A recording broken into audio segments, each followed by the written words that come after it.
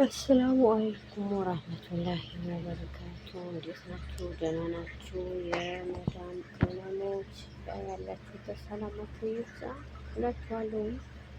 ስራ እንዴት ይዟችኋል? የመዳም ቤት ስራ እንዴት ነው? አሪፍ ነው ወይ? ከእኔ ጋር አሪፍ ነው። ዛሬ ርዕሳችን የሚሆነው ማለት ነው ለምሳሌ ያፈቅራችሁ ወንድ ከምታገቡና ያፈቀራችሁት ወንድ ብታገቡ የትኛውንም ምርጫችሁ የሚሆን በተለይ ሴቶች ማለት ነው። እናንተ ኮሜንት ላይ አስቀምጡልኝ። ያፈቀራችሁት ብታገቡ ይሻላል ወይስ ያፈቀረን? ከሁለት አንዱ የትኛው ነው አሪፉ ማለት ነው?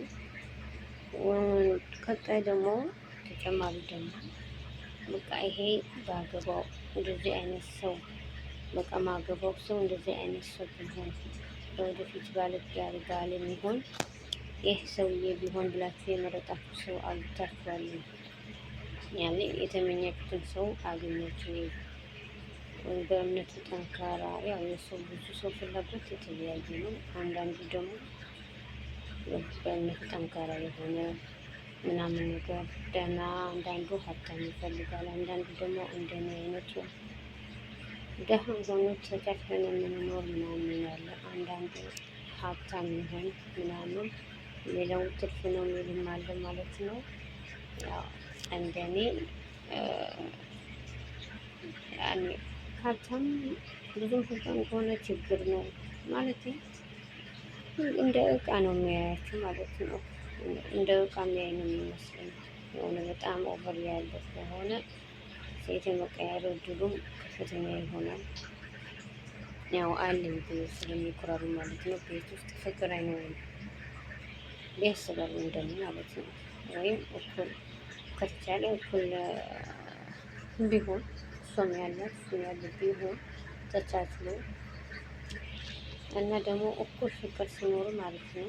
አንዱ ብቻ የሚወድ ከሆነ ብዙም ያን ያህል አይመስለኝም ማለት ነው። እስኪ የእናንተ ሀሳብ አስተያየት ኮመንት ላይ ታስቀምጡ ያላችሁ። እኔ እኩል መዋደድ ጥሩ ነው እላለሁ። የበለጠ እሱ ቢወደኝ ይላሉ እንደኔ ማለት ነው። የበለጠ ቢወደኝ እመርጣለሁ ማለት ነው።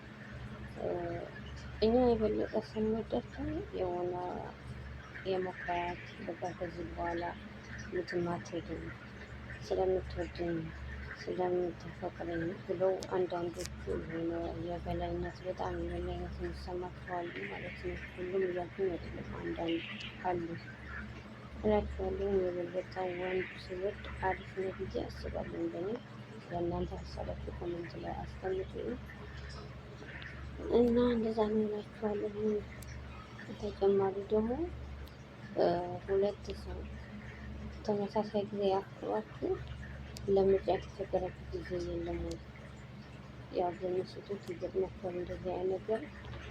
አንድ ልጅን እንደሚሆኑት መሰላችሁ አንድ እንደ እህትና እንደ ወንድም የሚኖሩ ነበሩ ማለት ነው። እሷንና ወንድ አለ እንደ ወንድሟ ነበር የምታየው፣ እሱም እንደ እህቱ። ከዛ ጓደኛ እንዳላት ምናምን ተናግረው ነበረ። ጓደኛ እንዳላት ታማክረው ነበር። ከዛ የቆዩ ሳለ ወንድም ተብዬ ልጅቷ አልነገራትም፣ ግን ይወዳታል ማለት ነው። እንደሚወዳት ልጅቷ አልነገራትም። ሌላ ሰዎች ደግሞ ይህ ሰው ይወድሻል እኮ ለምንድን ነው ምናምን ብሎ ሲሏት፣ እኮ ወንድም ነው፣ እንደ ወንድም ነው፣ ሁሉ ነገራችን እንደ ወንድም ነው፣ ጓደኛም እንዳለ ያውቃል ብላ ትመልሳለች ማለት ነው።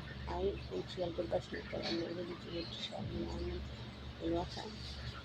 ከዛ በቀጣይ ደግሞ ያው እንደ የፍቅረኛ ጓደኛ ሁሉ ነግሯቸው ያወሩት ምናምን ተነግረዋለች ማለት ነው። እንደ ወንድሟ የምታየው እሱ ደግሞ ይህን ተጠቅሞ እሱ ማንነቱ የማይታወቅ ነገር እሷ ጠዋት ወድናል ሌላ ጓደኛ አላት አውቃን ምናምን ብሎ በልጅቷ በማታውቀው መንገድ ከያኛው ልጅቷ ከምትወደው ከፍቅረኛ ጋር አታላታል ማለት ነው። ወንድም ተብዬ ሌላ ሰው አስመስሎ ማለት ነው። ከእሷ ኢንፎርሜሽን ይወስዳል። እሱ ደግሞ በሌላ መንገድ እዛ ልጅ ጋር እንዳትፈጠር ነገሮች ያበላሻል ማለት ነው። ይሄ ነገር ደግሞ ልጅቷ አታውቅም። አታውቅም። ለመጨረሻ ምንድን የምትቀያየር ሲመጣ እንዲሁ ተጣላን እንዲሆንም ብላ ታማክረዋለች። እንደገና ልጅ ማለት ነው። እንደዛም በምትለው ጊዜ በምታወራቸው ነገሮች የሆነ ነገሮችን ይወስድና እንደገና ሊያራርቃቸው ማለት ነው። ሊያራርቃቸው ማያረገው መካከለ ድንጋይ የለም። መጨረሻ ላይ በጣም የምትወደው እንዴት ከሰው ወሬ አለመሄድ እየተዋደዱ እንዴት በሰው ወሬ እንዲናገር መግዛ እሷም በቃ ተናዳ ሰደበችው ማለት ነው። ጓደኛ ተብዬ ከዛ እንደሰደበችው ከዛ ወንድም ተብዬ ትነግረዋለች። መጨረሻ ላይ እሱን ተነግሮ በቃ እሷን ስትሰድበው ከዚህ በኋላ ምን አባት ብሎ እሱ እንዲሁ በድብቅ ማለት ነው። በድብቅ ማንነቱን ሳያስከብር እዛ ጓደኛ ተብዬ ለልጅቷ አንቺ ነሽ አንቺ ራስሽ ነሽ እንዲህ እየሰጠችኝ ያለሽ ስትጀምር ሌላ የሚወድ ሰው እንዳለ ነገር ነው። ሰው ነገር ነው ምናምን ይላታል። ከዛ ግራ ተጋባች። እንዴት እንደዛ ትላለች? ሁለት ሰው እንዴት ታፈቅራለህ በአንድ ካላመንከኝ ጊዜ ጓደኝነቱን መቋረጥ ይችላል ትላለች ልጅቷ። በመጨረሻ ውሳኔ ያሰብኩት መጀመሪያ ማሰበሽበት ሳልሽን ነገር ነው። አሰበሽና አምሽበት በሚታወቀው እየተጫወቱ ግን የጀመርሽው መንገድም ነገር ነው ምናምን የሌለ በዓለም ማለት ነው። መጨረሻ በዚህ ቦታ ላይ ተደራረሱ የሚገማት ነገር ነው።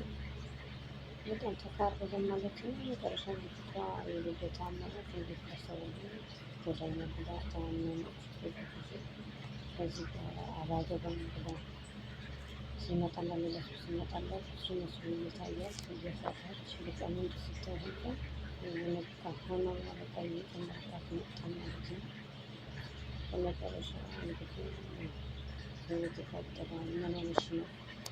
ብቻ ነው እንዲ ያለው ምነቶች ነው ሁለት ሚባል ነገር አለ። ስለዚህ አሁን ወደ ራስሽ ተመለሽ፣ ጠንከሪ፣ ተስፋ አትቁረጪ ብሎ ብዙ ልጆች ስም ሞከራል።